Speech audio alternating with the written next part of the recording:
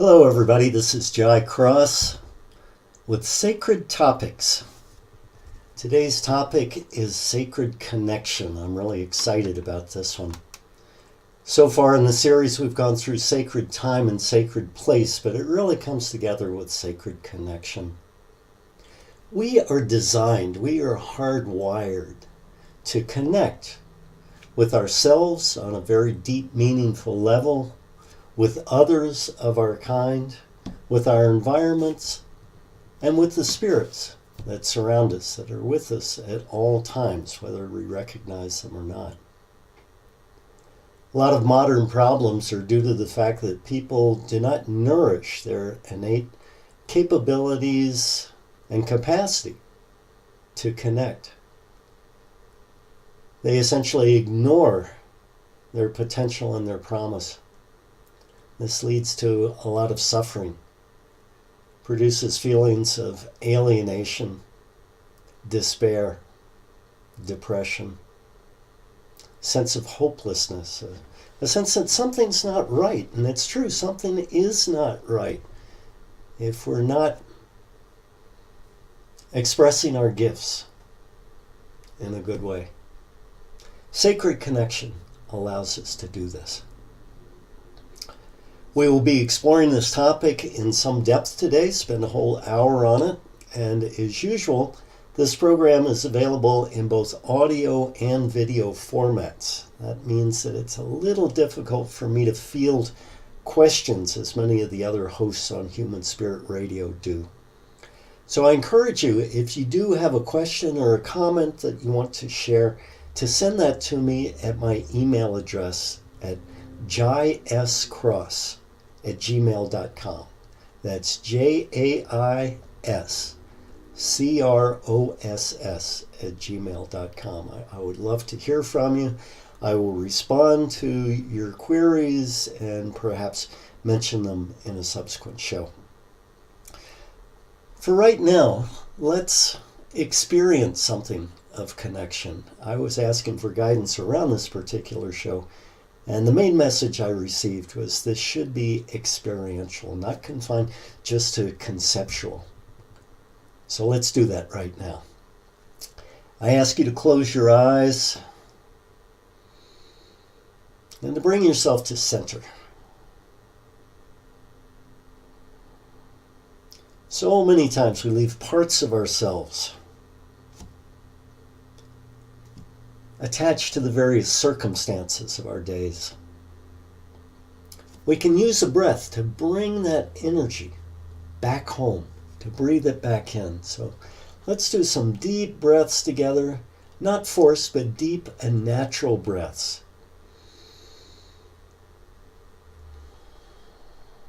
These breaths move the belly, massaging all the internal organs.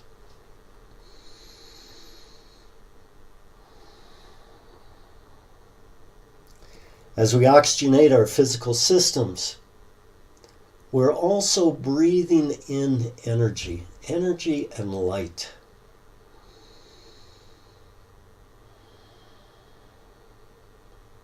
Conscious inhalations encourage us to connect with the present moment.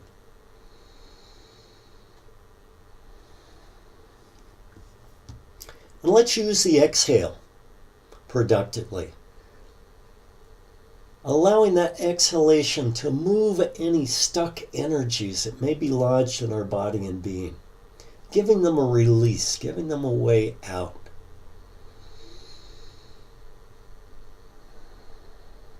So breathing in the fresh new energy, breathing out anything that's ready to move on, anything that no longer serves us, anything that tends to get in the way of becoming fully present.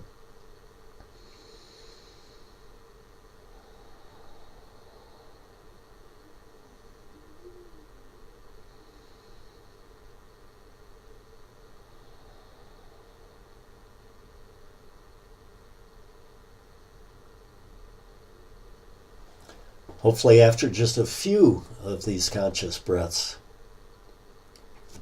you've cleaned your system of any energetic debris that might have been clogging things up. You've loosened whatever tension or tightness might have been lodged in your body. Sometimes it takes longer, and sometimes it can happen very quickly. I'd like to shift our focus now to still breathing in life-giving energy. But on the exhale, extend some of our own radiance outward.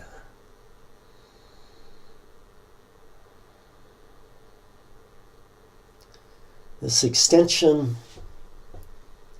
might be accompanied by a visualization. Perhaps you see color moving outwards. I'm seeing white light radiating out of my chest right now. Might be accompanied by physical sensation, the sense of something palpably moving. Sometimes people feel a discharge of heat. Whatever helps you to strengthen that. Breathing in new stuff and radiating your light outward on the exhale.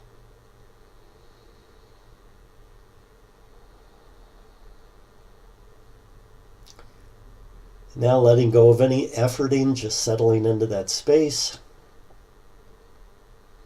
I want you to bring to mind a favorite place.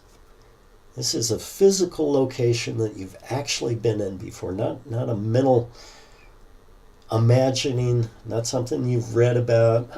Don't use Bali if you haven't been to Bali. Someplace you've actually been. A place where you felt balanced and yourself. When things just felt right. Hopefully it won't take you very long to come up with one of those places. I ask you to focus on it, to use your power of imagination, to recreate you being in that place.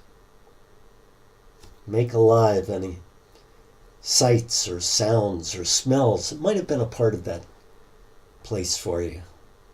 Bring it to life.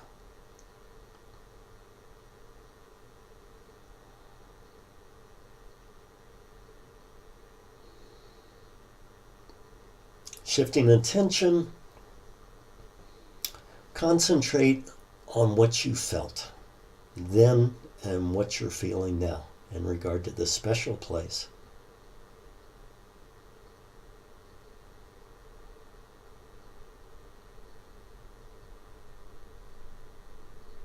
You don't necessarily have to name the emotions. The important thing is to feel them.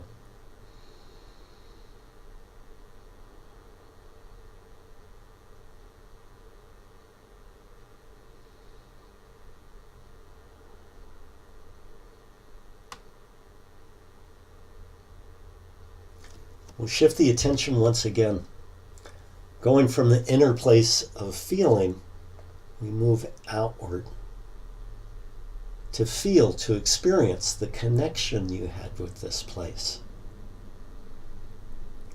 Must have been something out there that helped to stimulate the feeling in here.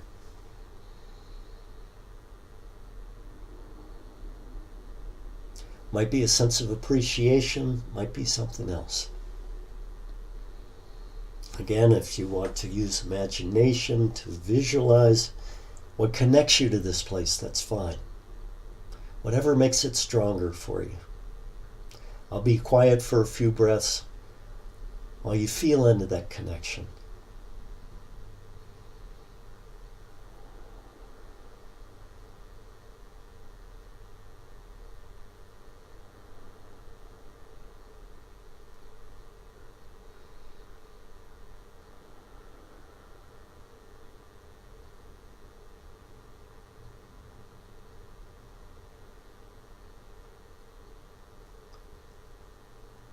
And now letting go of that connection, as delightful, as delicious as it may have been, knowing you can always go back. Bring your attention once more to the gentle in and out of the breathing. Full, deep, nourishing breaths.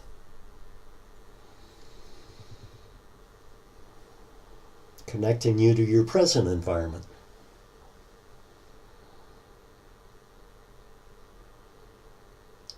And as you're ready, slowly opening the eyes.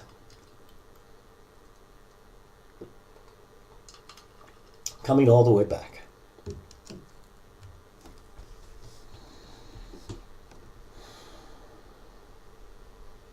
Feels pretty good going to those special places. One thing most people notice is when they journey to a place like that, their heart is open. They're in communion with their heart's center. Not surface, superficial emotions that might flitter through. Not the peripheral feelings, but a deeper sense of the heart space. We humans are such good storytellers. We're telling ourselves stories all the time. And many of us have a fairly constant internal dialogue going on. A jabbering, a chattering, where the mind is speaking to itself, almost as if someone left the radio on. It's very interesting when you start attending to what that internal voice is saying. And actually, it's a series of voices. But what's being said? Because many of us tell ourselves stories of disempowerment, stories of failure, stories of coming up short, stories of not being enough, stories of not belonging, stories that cause suffering, that diminish our inner light.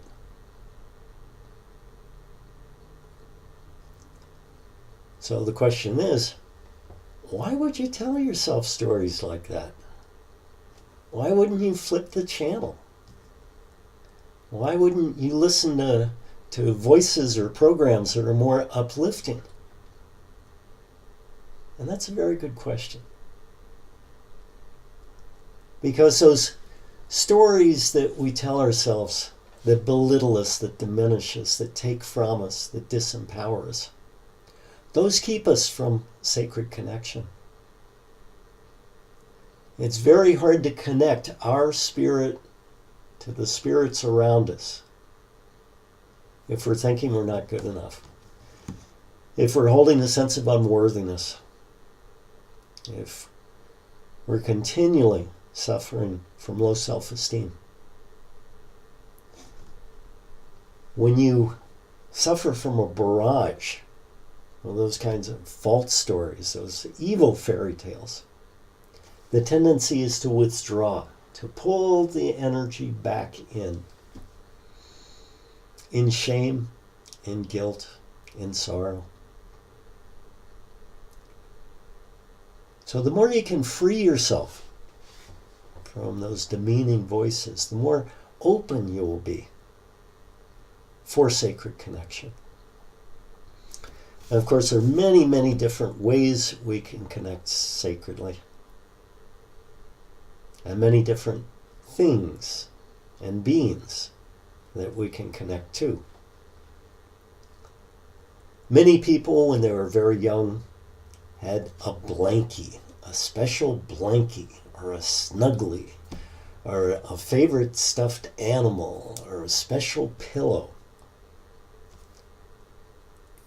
And these inanimate objects became really good friends, good companions to us. One of my nieces had a doll she was especially fond of, more than fond of. She had something of a dependency on. And there was one time when she was, I think, 16 years old, and she went to a friend's house for a sleepover, and she forgot her doll, Rosie. And she started flipping out because she felt so secure when she knew that Rosie was around. We usually think of these as childish attachments, and they do predominate in childhood, and sometimes they can cause sadness, as in the case when Rosie was misplaced. But it's so interesting to me to see how children reach out in their environment, and they can invest even in an inanimate object with so much life and so much detail. These are really special friends. They are far from a pillow or a stuffed toy or a blanket. They become charged with almost a personality due to the vibrancy, to the strength, to the energy of that connection. And it might seem to us adults, well, that connection's pretty one-sided. In all likelihood, the blanket's not feeling a whole lot in response. And yet, it could. Perhaps there is some spirit associated with the blanket. And that child's innocent investment of love and friendship does attract an indwelling spirit. Anyway, it could be. Well, as I mentioned, there are lots of things to connect to besides the things of childhood. And in native cultures, in people that still live in very close association with the land, whose lives are intimately interwoven with specific area, oftentimes the two main connection points for them, or two energetic reservoirs that are available to them, are Mother Earth, and throughout the planet, cultures see the Earth as being maternal, balanced by Father Sky. And again, throughout the world, many civilizations, societies, nations view the sky as having masculine characteristics. Most of the male deities are associated with the sky. Most of the goddess deities are associated with the earth. These two energetic resources are available to us if we reach out to them. Many times in these programs, I start the show with a grounding into the earth. Sometimes I include a grounding into the sky as well. But usually it's that earth that causes us to feel a sense of rootedness, a sense of belonging, a sense of being held and supported, as pure maternal energy does, as the pure love of a mother for her child would. The sky tends to be a bit more, not distant, but not as palpable, not as obvious, a bit more subtle. That's the word I was looking for. So the sky, in contrast, is associated more with spirit, with presence, with inspiration and guidance. Most of the angels are seen as being sky creatures. And of course, they are postulated as energetic helpers to humanity. They help us with wisdom, with direction. Whereas the earth and the earth goddesses help us by supporting in different ways. More of a sense of being. One interesting image that I work with a lot is that of Quetzalcoatl, the plumed serpent. Serpents are usually associated with the earth energy, but plumed and feathered and winged usually is associated with sky energy. So Quetzalcoatl is seen as a perfect balance between those two energetic sources. If you look at diagrams from ancient Mexico or other countries in Central America where Quetzalcoatl was a deity that was respected, you can see that there's a great similarity in this creature to dragons. Many cultures honor dragons. They're seen as creatures of good luck, semi-divine, if not completely divine, possessed of enormous powers. In Europe, the legend of dragons has postulated them as an enemy. They're seen as something to be fought. They're seen as greedy, destructive creatures who are the natural enemies of humankind. But many other areas of the world, they're seen quite differently. So we can fairly easily connect to earth and sky. I was just on a hike today, and I realized, I was only probably a quarter mile in, I realized that I'd left my tobacco pouch at home. I usually put a pouch of tobacco in my right pants pocket, and when I see scenes of exceptional beauty or when I feel emotionally moved by a landscape, I reach down into my pouch, get a little tobacco offering, say a prayer of thanksgiving to whatever inspired me that way, whatever touched me with that sense of wonder. But this morning, I'd forgotten it. So I had a few moments, oh boy, I'm not very far from the Jeep. Do I go back and get it? Do I go on? And I felt that the right thing to do in that moment was to go on. And then I came to an outlook. It was a rocky outcrop that had a view extending over forested valleys, great expanse of natural woodland. And I wanted to make an offering. So I looked around. I found an inflorescence on a grass stem where the seeds were just ripe. I thought, this is appropriate to offer. So I plucked it off carefully and took it to the overlook, removed the seeds in one hand, and cast them into the wind with my gratitude. Then I got my water bottle out, poured a little offering on one of the flowering plants there. It's a very simple expression of my thankfulness for the beauty that was being shown to me. And in that way, I established, or perhaps I deepened, my sacred connection to that particular place. It was not a cerebral connection. It was not something I thought out in advance. It just came to me right then. And the spontaneity of it made it more real. In truth, I was very open on that hike. Looking around at the birds, at the cloud formation, at the trees, trying to find a deer. I'd heard a deer snort very close by, and I had my binoculars, and I was sure that I was going to see at least a slight movement. I never did, but it was fun looking for that deer, and I'm trying to imagine where it would go. That deer connected me to the environment more than I would have been, or in different ways than I would have if I hadn't heard that one snort. So there's no set recipe, but over and over again, I find that if we bring our open hearts into situations, then means of connection come readily to us. It's up to us to position ourselves that way. Each morning after I get up, I put on 2 crystals.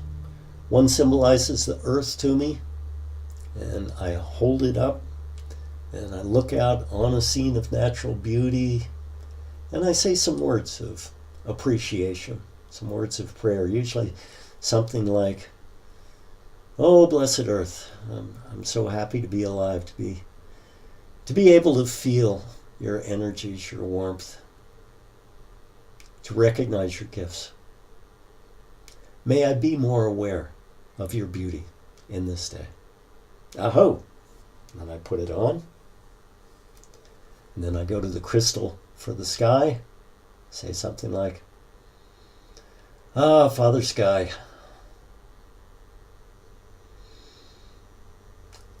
I'm in amazement at your immensity. May I be more aware of your many gifts, and may I feel your light within me as I pass through the things of this day. Aho." So something very, very simple, very quick like that, can serve to keep the channels open. I don't know what that took, 30 seconds maybe, something like that. I would say that most days my prayers of that variety don't go over a minute. So very, very quick reminder and reaffirmation that these energetics are out there. And it's really up to me, if I want to connect with them, to make that initial effort. They're there waiting for us.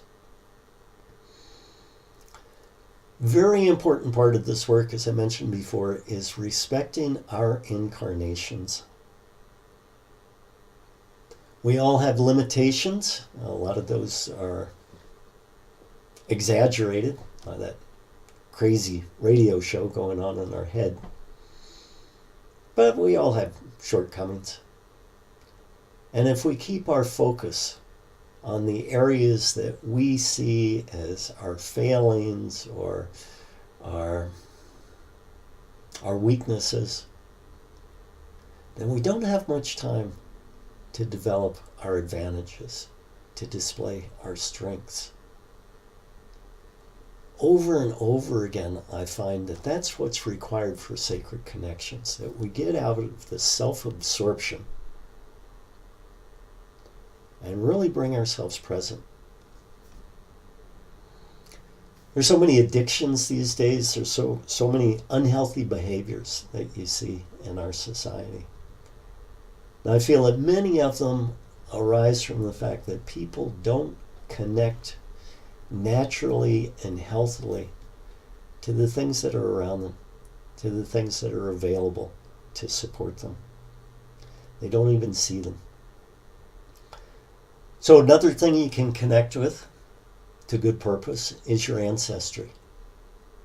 And this is perhaps especially true of people who grew up in difficult families, even people who grew up in families of abuse. I'm not suggesting that you condone any violence that was done to you. It might be necessary for you to skip a generation or two back. Might be necessary to work with your ancestry in terms of people you've never met and maybe never even heard of. But the truth is, we are alive today because our ancestors lived. And if you go far enough back, maybe in some cases it's a couple of thousand years back, you can connect with that ancestry that was still so connected to the land, whose lives and livelihoods depended on the land. And those people really knew the land that they lived in. They had all their senses alive, awakened, activated. They could connect without any problem at all. They probably would have found that deer today. I'm sort of a novice at that, compared to people who feel that they are inseparable from the landscape in which they inhabit. That is a deep, solid connection. I want to read a couple of quotes from a wonderful book. It has a somewhat misleading title, The Secret Teachings of Plants by Stephen Herod Booner. The subtitle is a little more on target, the way I see it, and that is The Intelligence of the Heart in the Direct Perception of Nature. The way our ancestors used to do it. So let me read just a couple of sentences from this. There is tremendous hubris and dangerous environmental perturbations in disregarding the wisdom of the ancestors who have gone before us. People who said that they learned about their world not from the abilities of their minds to work as analytical organic computers, but from their hearts as organs of perception. I'm going to skip a little bit ahead, get another couple of sentences. This gathering of knowledge directly from the wildness of the world is called bionosis, meaning knowledge from life. And because it is an aspect of our humanness inherent in our physical bodies, It is something that everyone has the capacity to develop. It is, in fact, something that all of us use, at least minimally, without awareness in our day-to-day lives. So again, that was bionosis, knowledge from life. When you think about how most people do it today in the modern world, it's knowledge from knowledge. It's concept from concept from concept, with very little basis in life and aliveness. So those thoughts that are at such a remove from life don't have much life in them.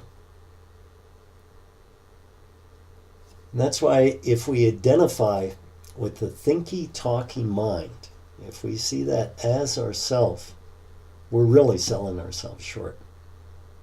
Because our organism has so much more capacity, so many more capabilities. We can relate in many, many different ways.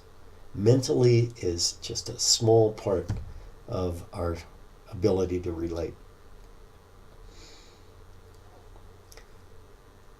Many of us feel a deeper sense of presence when we're in a place that feels like home. There's a sense of belonging.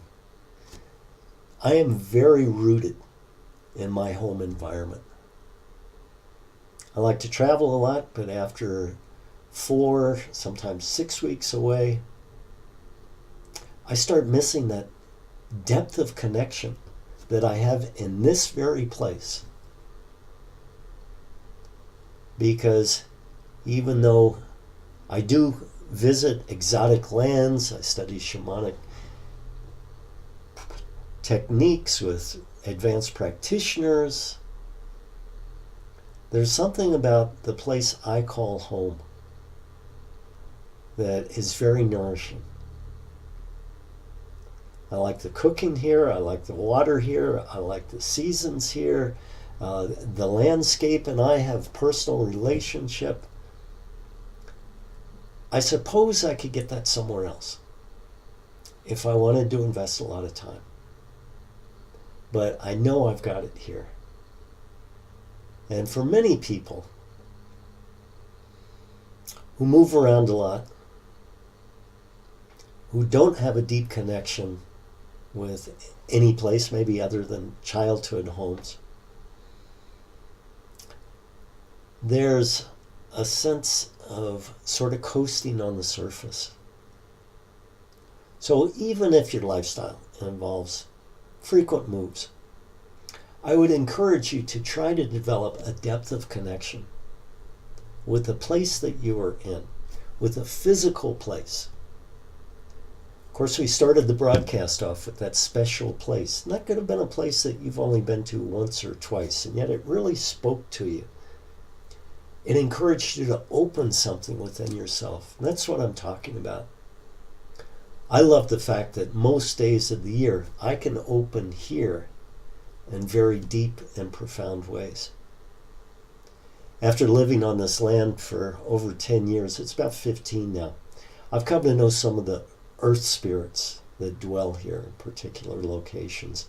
And they didn't show up for a long time. I'm not sure if they were checking me out or I wasn't ready. I needed to do something to initiate that contact.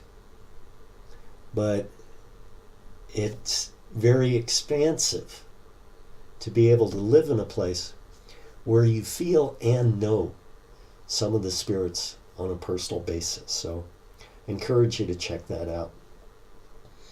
Of course, most of us spend significant parts of our lives in interaction with other human beings. The quality of those interactions is largely up to us. Whether we want to settle for the, hey, how you doing? It's good to see you again. Yeah, I haven't seen you in a while. What's been going on? That very innocuous kind of superficial conversation. Or if we want to go deeper, talking about things like spirits, things like connection, things like being. expressing our emotions honestly, truthfully, and sharing our gifts without reservation. So certainly connecting with human beings is a vast area to deepen our relationship, not only with those individuals, but also with ourselves. When you have an intimate conversation with someone where you're both sharing at depth, where you're both exploring not only each other, but your very selves, those can be such rewarding times.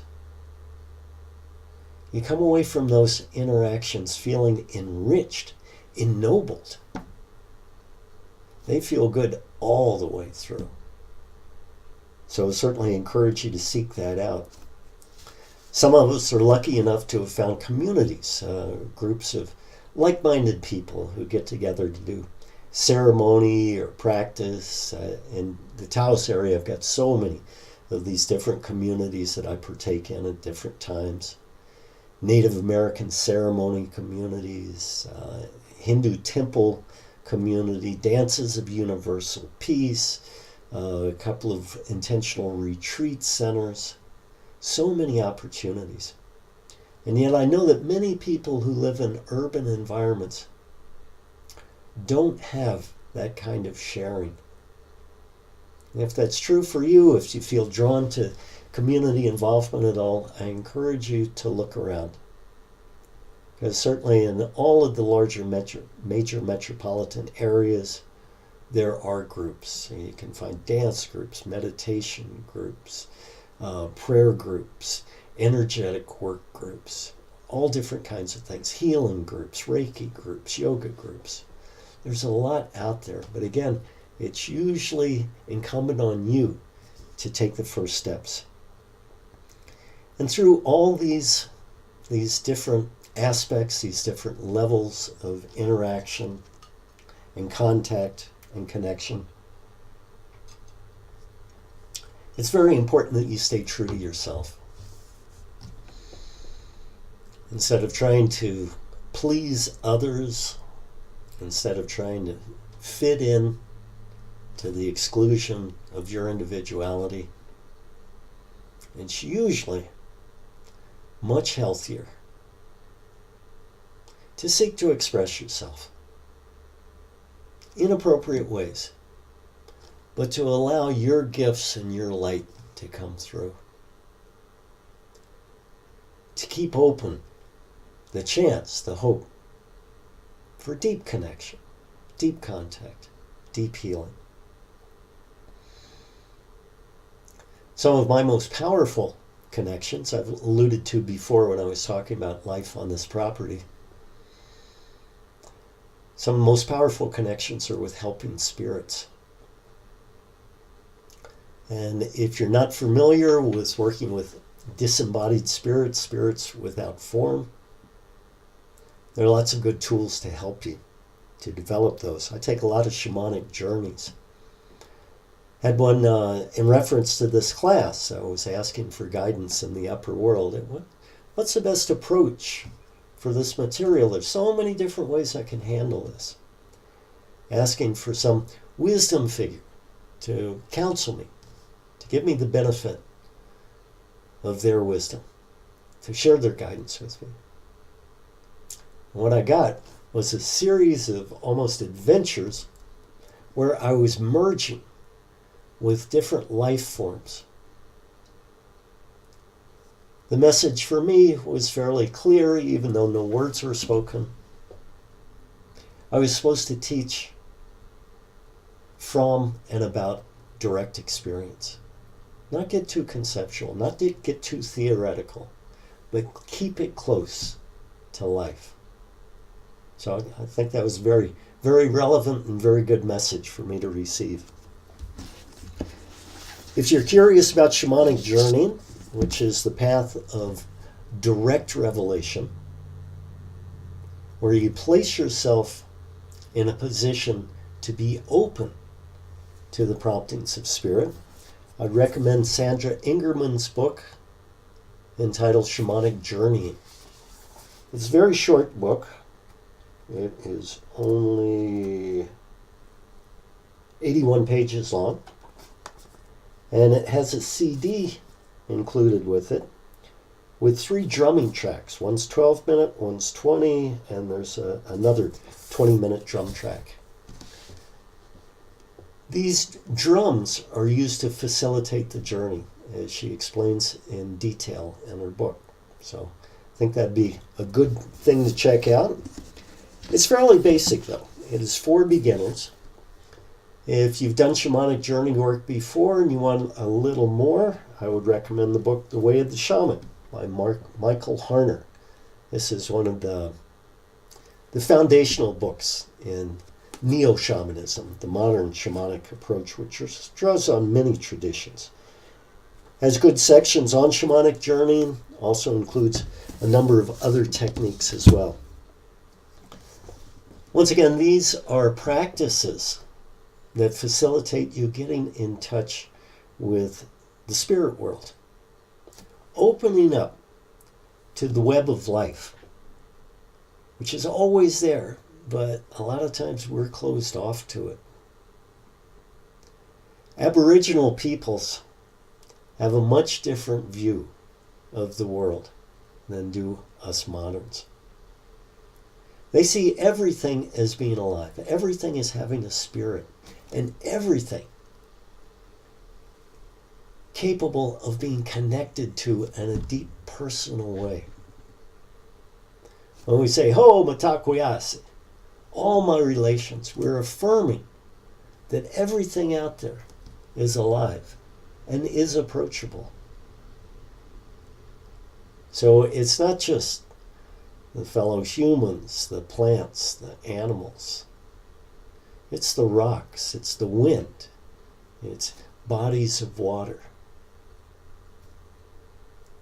Certainly the sun, the stars, the moon, everything that's around us, alive and capable of being contacted. So how do you do this kind of contacting? How do you do this sort of merging of spirit? And what are the possible pitfalls? I actually don't see many pitfalls. Our ego tends to be very protective and defensive. It imagines that if it releases its control, that everything's going to fall apart. There'll be total chaos. So it's got to keep us on a tight leash at all times. It's got to manage, micromanage. It's got to look out. It's got to take care. It's got to be in charge.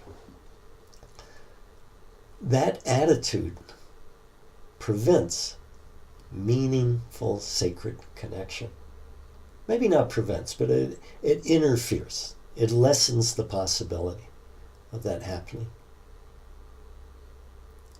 So again, it's recommended that people come from the heart rather than the mind when making sacred connection.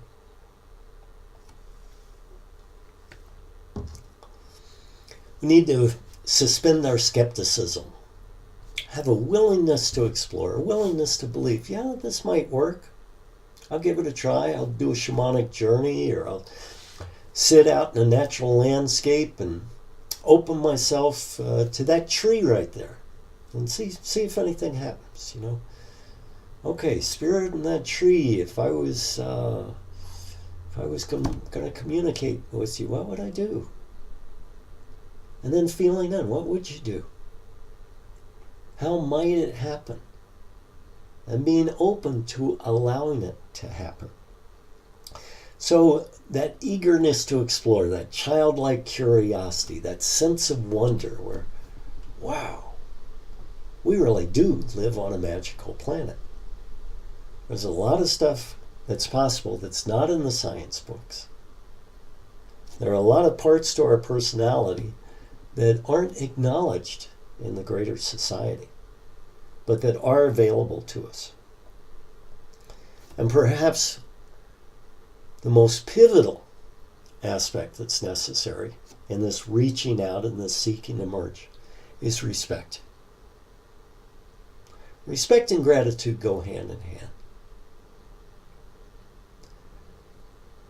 So let me come up with an example.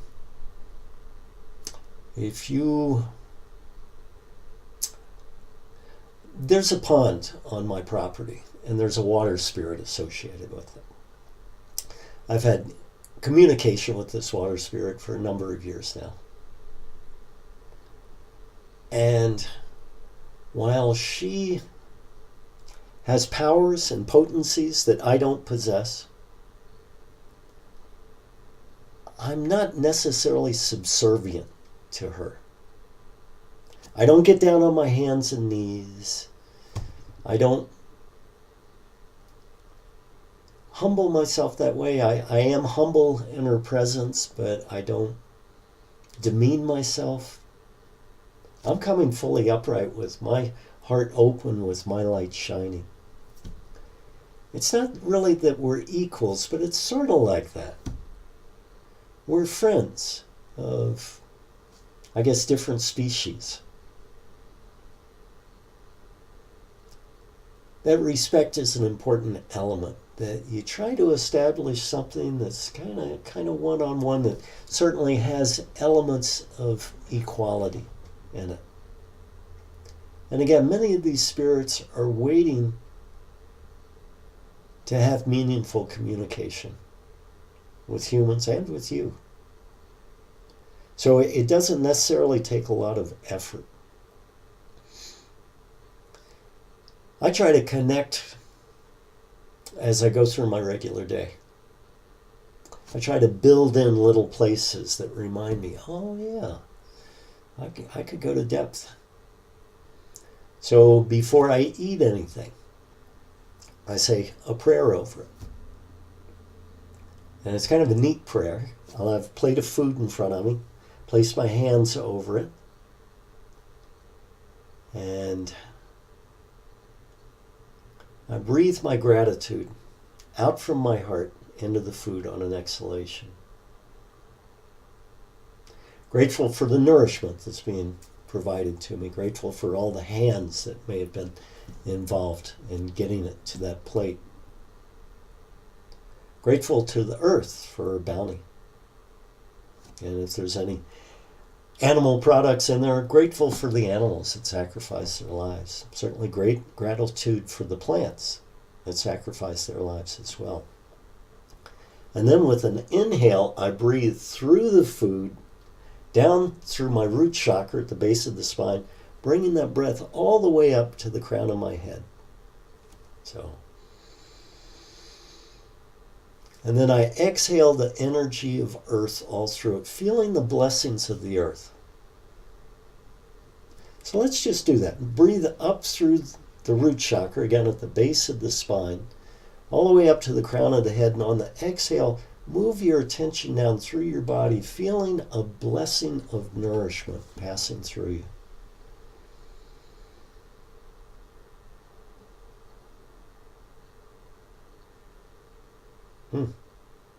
Connects me with my body right away. One breath. Then I follow it with another inhale, and I see this as energy from the food rising up above the crown of my head on the inhale, and then exhaling through my energy body. That area, approximately 14 inches around our physical form. So let's do that. Inhaling up and then exhaling down and feeling that area around the physical body.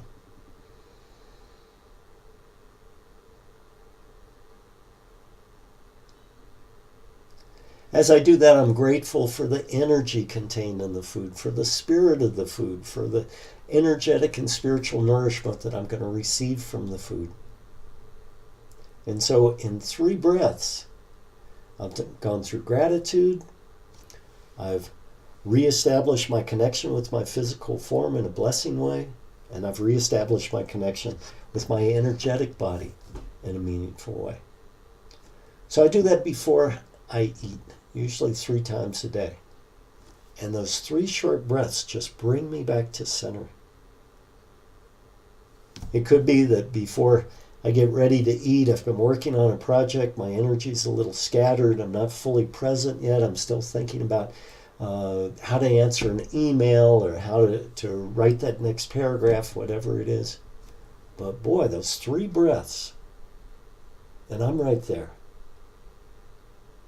Connected to my body, to my energy, and to my gratitude. So, of course, I would recommend that if you are so moved, you try this little blessing out or come up with one of your own. I know that in my biological family, we used to say words over the food, and it was very much a formula. It was the same words.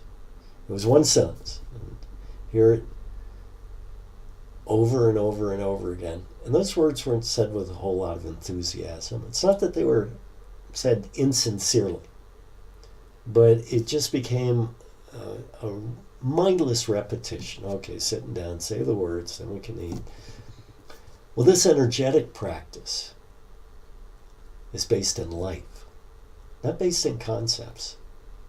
And so you get the benefit right away. So again, encourage you to consider doing that. Another thing I do, and this is before each one of these broadcasts, I have 4 candles positioned around me where I sit here. The east in air, the south in fire, the west in water, and the north in earth.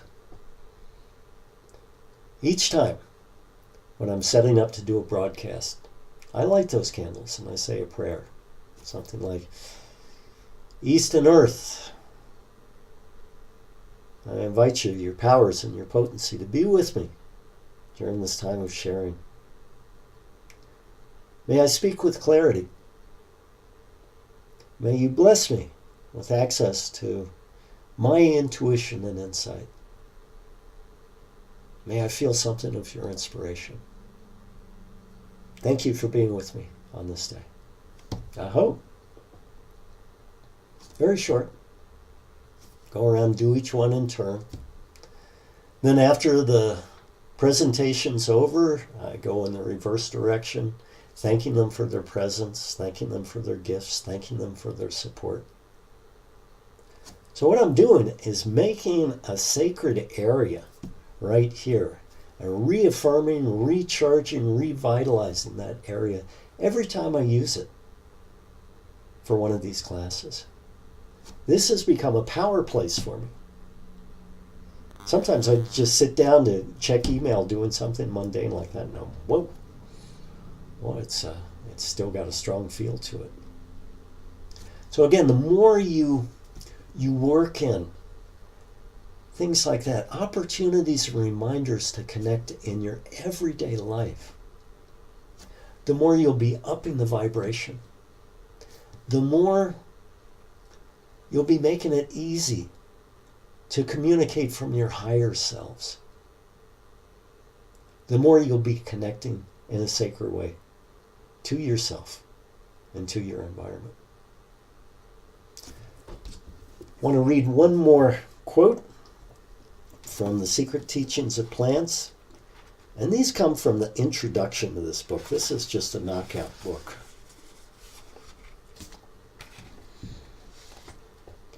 Talking about open-heartedness and using the heart as an organ of perception.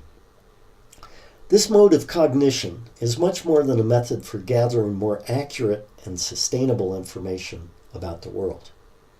Ultimately, it is a way of being, just as the linear mode of cognition is now, regrettably, a way of being.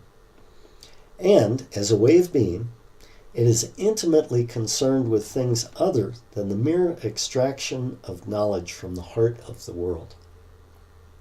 It is concerned with our interconnectedness to the web of life that surrounds us. It is concerned with wholeness rather than a focus on parts. It is concerned with the very human journey in which we are all engaged. It is intimately concerned with who we are and who we are meant to be in our time here in this life. For we are more than anything else an expression of the livingness of the world. And we were all born for a reason. The reconnection of ourselves to the ground of being from which we have come from which our species has been expressed over evolutionary time, opens up to us dimensions of experience that are essential in order for us to become ourselves. So I maintain that those dimensions of experience that he alludes to so eloquently, those are based in connection. And if we keep these things to ourselves, we deprive them of life. We were designed to interact. We were designed to exchange. And so why not exchange the best parts of ourselves and ask for the best parts of others in return?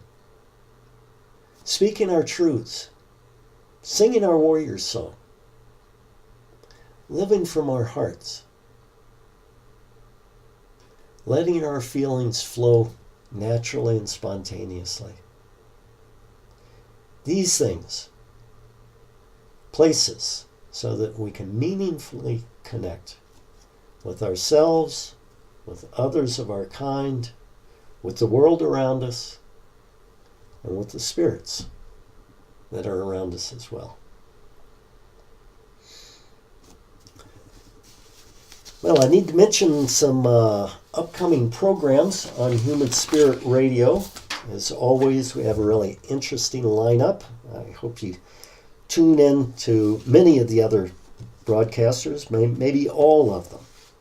Very talented hosts we have. Most of the shows are first aired on Friday of the month at 2 o'clock Pacific time, but as I'm sure you all know, they're available in the archives as well at Human Spirit Radio. So the first Friday of each month is Waking Gods and Goddesses, Embodying Divine Wisdom and the Sensual Life, with host Maria West.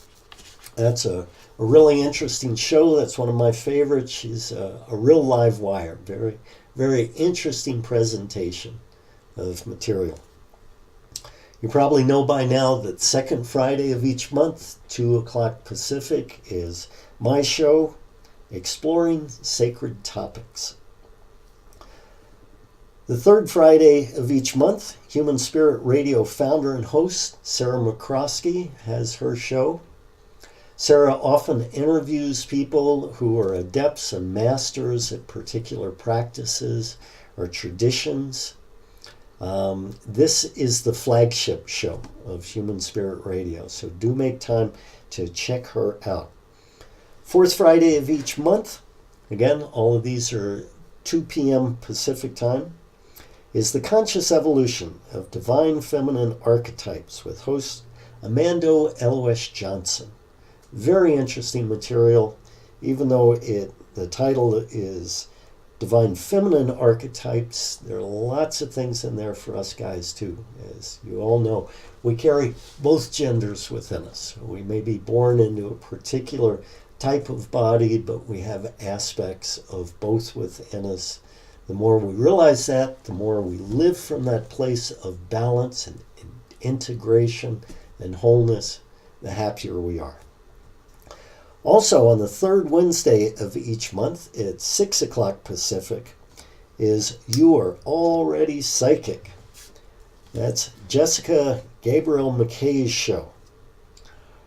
Follow your divine guidance and live a joy-filled life. Wow. Why not? So be well, tune in, and I hope to see you next month.